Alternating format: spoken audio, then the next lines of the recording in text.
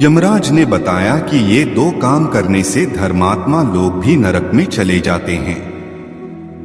प्रिय दर्शकों, स्वागत है आप सभी का संपूर्ण ज्ञान भंडार यूट्यूब चैनल में। आज मैं आपको इस वीडियो के माध्यम से एक ऐसी कहानी सुनाऊंगा जो आपको बहुत सुंदर शिक्षा देने वाली है। ये कहानी आपको बताएगी कि मनुष्यों के दुखी रहने का कारण क्या है। आखिर हर व्यक्ति के पास शांति क्यों नहीं है? बहुत से हमने ऐसे देखे हैं जो हर बात से संपन्न होने पर भी दुखी रहते हैं। प्रिय मित्रों, आज मैं आपको उन दुखी लोगों के बारे में बताऊंगा जो यदि अपनी कुछ आदतों में बदलाव कर ले तो कभी दुखी नहीं रहेंगे। तो चलिए गौर करते हैं आज की इस कहानी पर। प्रिय दर्शकों, कुछ समय पहले की बात है। एक साधु घूमता हुआ सरवस्ती नगरी में पहुंचा। वहां उसने देखा कि एक बड़ा ही सुंदर रमणीक चबूतरा बना हुआ है। चबूतरे के बीचों बीच एक घना छायादार नीम का वृक्ष खड़ा है। साधु को वह चबूतरा खूब भा गया। साधु ने अपनी चटाई निकाली और उसी चबूतरे पर धूनी जमाकर बैठ गया। प्रिय बंधुओं, साधु जिस स्थान पर बैठा था उसके ठीक सामने उस नगर की एक वेश्या का घर था। वेश्या के यहाँ हर रोज पुरुषों का आना जाना लगा रहता था। उस दिन भी उसके यहाँ कई सारे पुरुष आए और गए।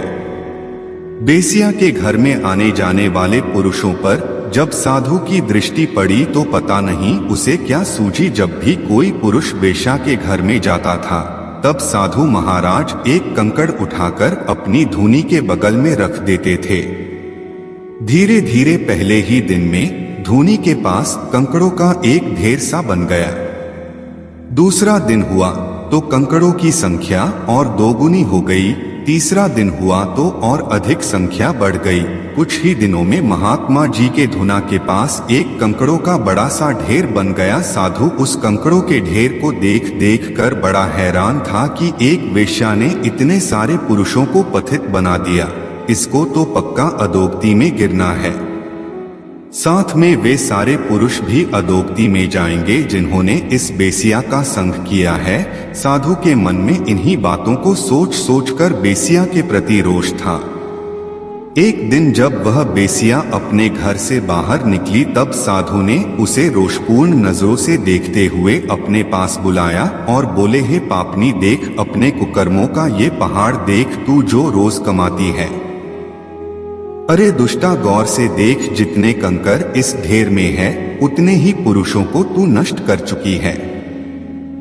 तुझे परमात्मा अनंत वर्षों तक नरक में डालकर सराएगा, इसमें कोई संदेह नहीं है।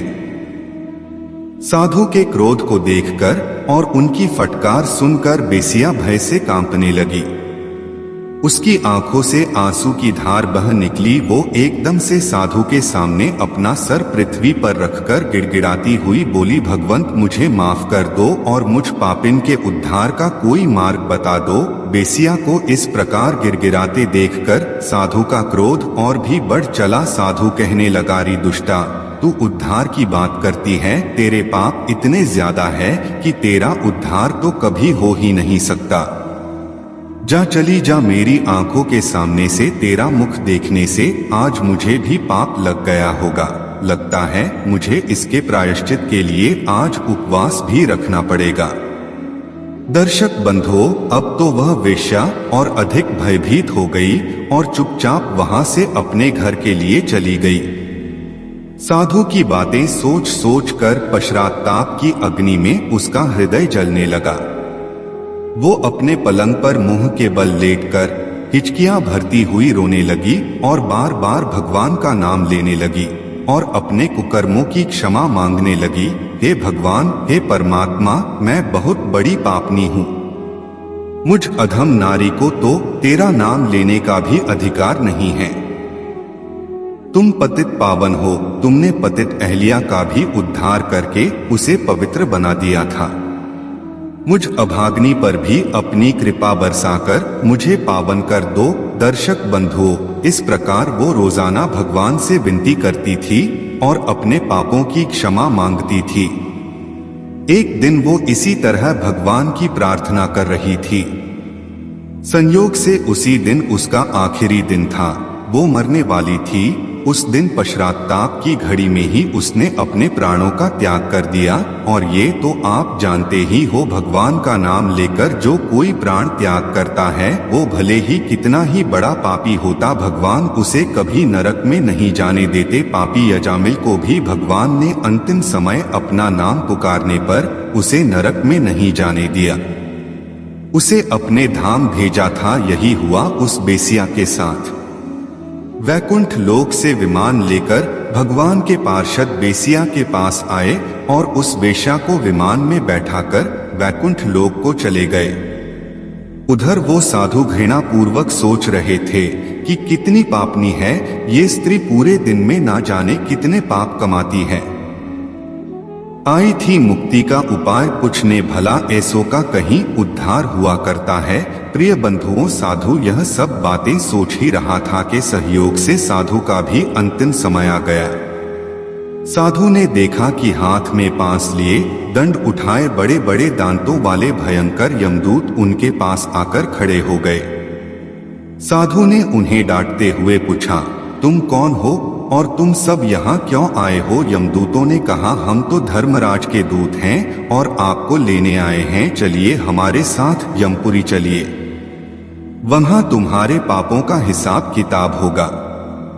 साधु ने कहा, लगता है तुमसे भूल हो गई है, तुम्हें किसी और को लेने के लिए भेजा होगा धर्मराज ने। मैं तो बचपन से ही साधु हो गया हूँ और अब तक मैंने तपस्या में ही अपना समय बिताया है।